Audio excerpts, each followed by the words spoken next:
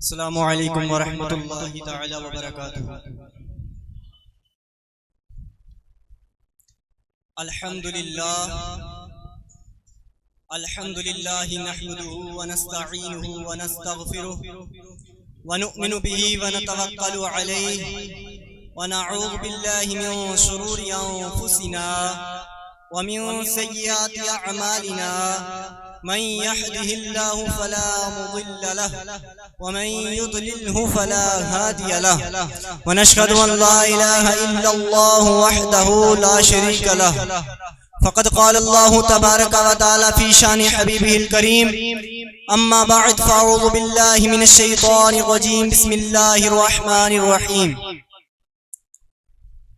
فلا تقل لهما أف، صدق الله المولانا العظيم، وبلغنا رسوله النبي الأمين الكريم، ونحن على ذلك لمن الشاهدين والشاكرين والذاكرين والحمد لله رب العالمين. غوث اعظم بمنے بے سرو ساما مدد، قبلہ دی مدد کعبہ ایما مدد، انتظار کرم تس تم نے عینی رائے خدا جودو خدا دینو خدا دا مدد، بگردا بے بلا خفتاد کشتی، مدد کن یا معین الدین چشتی. حضرات گرامی، آئیے سب سے پہلے گنبد حضرہ میں رام فرمانے والے آقا و مولا حضور تاجدار مدینہ، سرور و قلب و سینہ ہم سب کے آقا، امت کے حبیب، جنت کے طبیب جناب محمد رسول اللہ صلی اللہ تعالی علیہ وسلم کی بارگاہ بے کس پناہ میں درود پاک کی ڈالیاں نشاور کریں، پڑھیں باواز بلند: اللہم صلی علی سیدنا و مولانا محمد وعلی آل سیدنا و مولانا محمد وبارک وسلم. صلاۃ و سلام علیک یا رسول اللہ، صلاۃ و سلام علیک یا نبی اللہ وعلی آلک و اصحابک یا نور اللہ. حضرات محترم، آج کا میرا ٹاپک اور موضوع ہے یعنی والدین کی عزت، والدین کی فرمانبرداری اور والدین کے اوپر ہی کچھ چند باتیں آپ سے کرنی ہیں. حضرات محترم، سب سے پہلے میں یہ بات واضح کر دوں کہ اللہ رب العزت قرآن عظیم میں ارشاد فرماتا ہے: فلا تقل لهما اف، یعنی تم اپنے والدین کے آگے اف تک بھی مت کہو. سب سے پہلے میں یہ بات واضح کر دوں کہ والدین کی دعا انسان کو کس مقام پر لے جاتی ہے. حضرات محترم، مسجد بنانے یا مسجد میں چندہ دینے سے زیادہ ثواب، مدرسے بنانے یا مدرسے میں چندہ دینے سے زیادہ ثواب، حج کرنے یا حج کی رقم ادا کرنے، حج کی رقم پر پیسہ لگانے سے زیادہ ثواب اگر کسی چیز میں ہے تو وہ ماں باپ ہیں، ان پر خرچ کرنے میں سب سے زیادہ ثواب ہے. لیکن حضرات محترم، فلمیں دیکھ کر، سیریل دیکھ کر، ناول پڑھ کر اپنے ماں باپ کے ساتھ غداری کرنے والوں، اپنے ماں باپ کے ساتھ بغاوت کرنے والوں، اپنے ماں باپ کو جوانی کی دہلیز پر قدم رکھ کر اپنے ماں باپ کو آنکھیں نکال کر بات کرنے والوں، اپنے ماں باپ کے ساتھ غداری کرنے والوں، سن لو، میری کچھ بات یاد رہے، آپ کو یا نہ رہے، لیکن اتنی سی بات ضرور یاد رکھ لینا. اللہ کے رسول غیب نبی جناب محمد رسول اللہ صلی اللہ علیہ وسلم نے ارشاد فرمایا کہ اگر انسان شہید بھی ہو جائے تو اس کے ماں باپ اس سے ناراض ہیں، اگر اس کے ماں باپ اس سے یا دونوں میں سے کوئی ایک ناراض ہے تو بھی وہ جنت میں نہیں جا سکتا. اگر کوئی شہید انسان ہو جائے، اگر اس کے والدین اس سے ناراض ہیں تو بھی وہ جنت میں نہیں جا سکتا. حضرات محترم، آپ ذرا غور تو کریں، حضرات محترم آپ ذرا غور تو کریں، اگر والدین جو ہے منع کر دیں تو انسان کعبے کی زیارت کے لیے نہیں جا سکتا ہے. لیکن میرے آقا صلی اللہ علیہ وسلم ارشاد فرماتے ہیں کہ اگر کسی انسان کو یہ معلوم کرنا ہو کہ عرش کا مالک اس سے راضی ہے یا ناراض ہے، وہ سب سے پہلے اپنے گھر میں چلا جائے، اپنے گھر میں جا کے دیکھے، اگر اس کے ماں باپ اس سے راضی ہیں تو عرش کا مالک بھی اس سے راضی ہے، اگر اس کے ماں باپ اس سے ناراض ہیں تو عرش کا مالک بھی اس سے ناراض ہے. حضرات محترم، یعنی والدین کی ناراضگی اللہ رب العزت کی ناراضگی ہے. اگر والدین ناراض ہیں تو اللہ رب العزت ناراض ہے۔ حضرات محترم، میں آپ کو بتاتا چلوں کہ غریب نواز فرماتے ہیں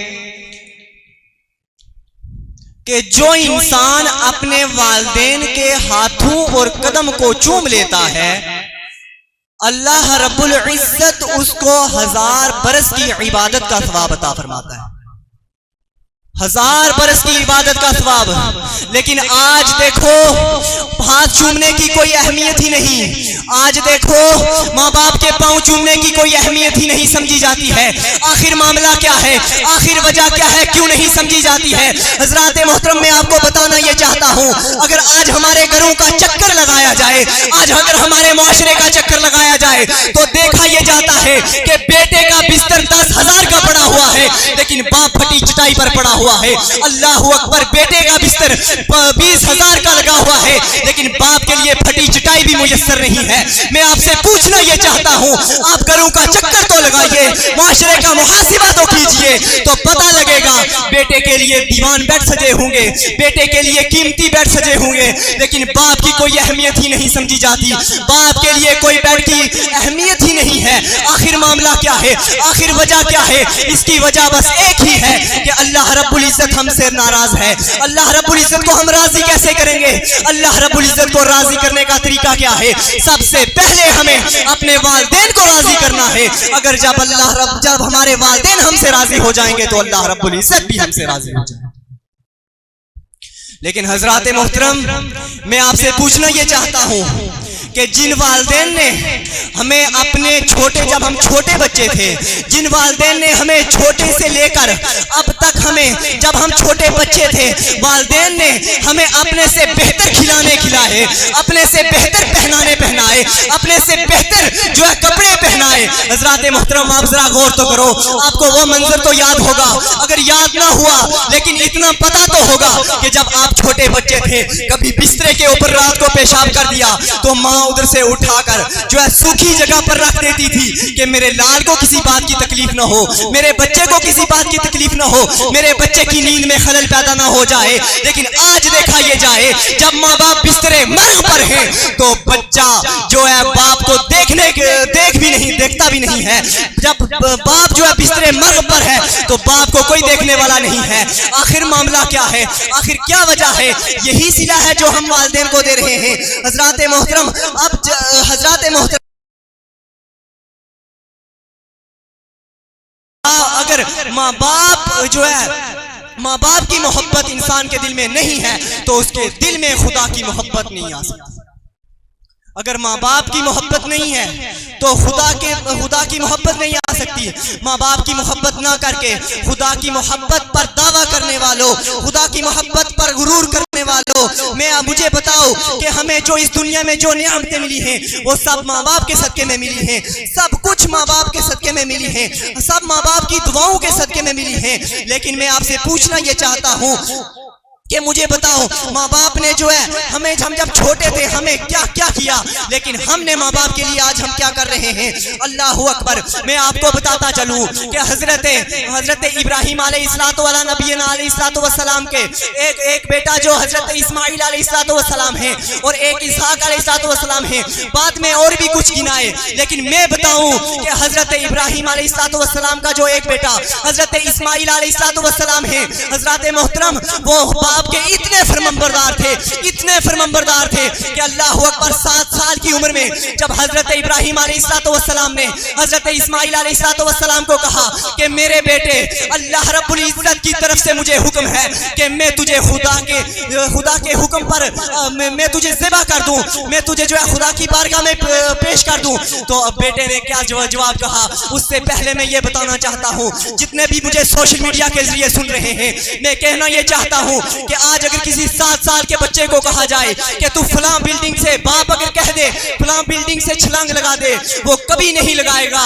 کیوں؟ کیونکہ اس کو پتا ہے کہ جو ہے 7 سال کی عمر میں انسان کو اتنا شعور آ جاتا ہے کہ کون سا کام کرنے سے انسان زندہ رہتا ہے، کون سا کام کرنے سے انسان جو ہے زندہ نہیں رہتا ہے. حضرات محترم وہ کبھی نہیں لگائے گا. لیکن قربان حضرت اسماعیل علیہ السلام کی زندگی پر، قربان حضرت اسماعیل علیہ السلام پر، جب باپ نے کہا کہ بیٹا مجھے خدا کا حکم ہے کہ میں تیری گردن پر چھری رکھ کے چلا دوں، تو بیٹے کا جواب سنیے. اللہ اکبر. حضرت اسماعیل علیہ السلام کہتے ہیں کہ ابا جان اگر تمہیں اللہ رب العزت کا حکم ہے تو تم اپنے حکم کی کو کر گزریے، انشاءاللہ عز و جل آپ مجھے جو ہے صبر کرنے والوں میں سے پاؤ گے.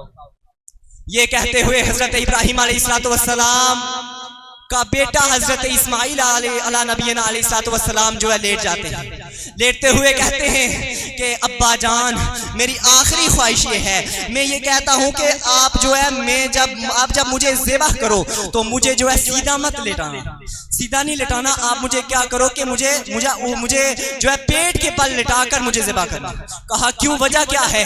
تو کیا کہتے ہیں ان کا جواب سنیے. حضرت اسماعیل علیہ السلام کہتے ہیں کہ ابا جان کہ تمہیں خدا کی طرف سے یہ حکم ہے کہ تم مجھے ذبح کر دو اللہ کی بارگاہ میں، لیکن جب اگر آپ میرا منہ اور اپنا منہ دیکھو گے، آپ جب میرے منہ کو دیکھو گے، کبھی باپ اور بیٹے کی محبت میں جو ہے خدا کی محبت جو ہے اس میں خلل پیدا نہ ہو جائے، اس لیے تو آپ مجھے ایسے ذبح کیجئے. تو اللہ رب العزت کو حضرت اسماعیل علیہ نبینا علیہ السلام کی یہ ادا اتنی پسند آتی ہے، اتنی پسند آتی ہے کہ اللہ رب العزت نے انہیں خاتم النبیین کا دادا بنا کے بھیجا. دوسری طرف دیکھیے حضرات محترم، حضرت یعقوب علیہ نبینا علیہ السلام، ان کے بیٹے کون ہیں؟ حضرت یوسف علیہ نبینا علیہ السلام. حضرت یوسف علیہ السلام کی عمر 7 یا 9 سال کی غالباً تھی.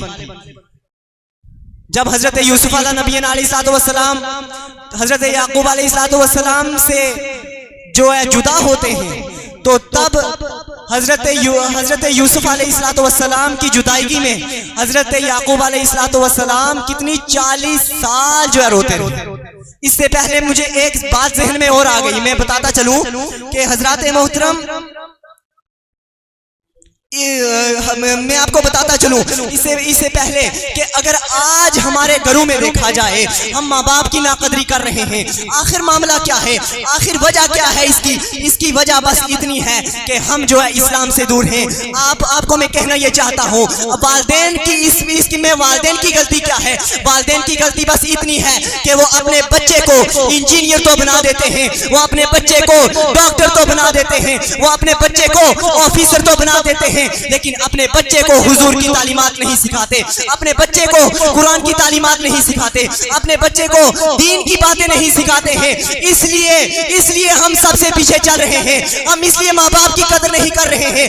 آخر معاملہ کیا ہے؟ اب میں ماں باپ سے اتنی عرض ضرور کرنا چاہتا ہوں کہ اگر کوئی انسان، کوئی مولانا ہی بول دے کہ آپ جو ہے اپنے بچے کو جو ہے ڈاکٹر بنانے سے پہلے اپنے بچے کو ڈاکٹر بنانے سے پہلے اپنے بچے کو حضور کی تعلیمات سکھائیے، تو وہ کیا کہتا ہے؟ وہ کہتا ہے یہ مولوی لوگ کیا ہیں؟ یہ مولوی لوگ تو ہمارے بچے کو ڈاکٹر بننے ہی دیتے. ارے مولوی لوگ منع نہیں کر رہے ہیں تم ڈاکٹر بناؤ، ارے اسلام تو یہ کہتا ہے کہ تم ڈاکٹر تو بناؤ، لیکن ڈاکٹر بنانے سے پہلے بچے کو مسلمان تو بناؤ.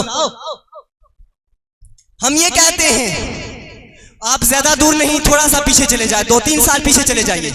کرونا وائرس تھا، کرونا وائرس میں کچھ ڈاکٹر ایسے تھے کہ جنہوں نے جو ہے اپنی جانوں کو مشکلات میں ڈال کر لوگوں کی جانوں کو بچایا.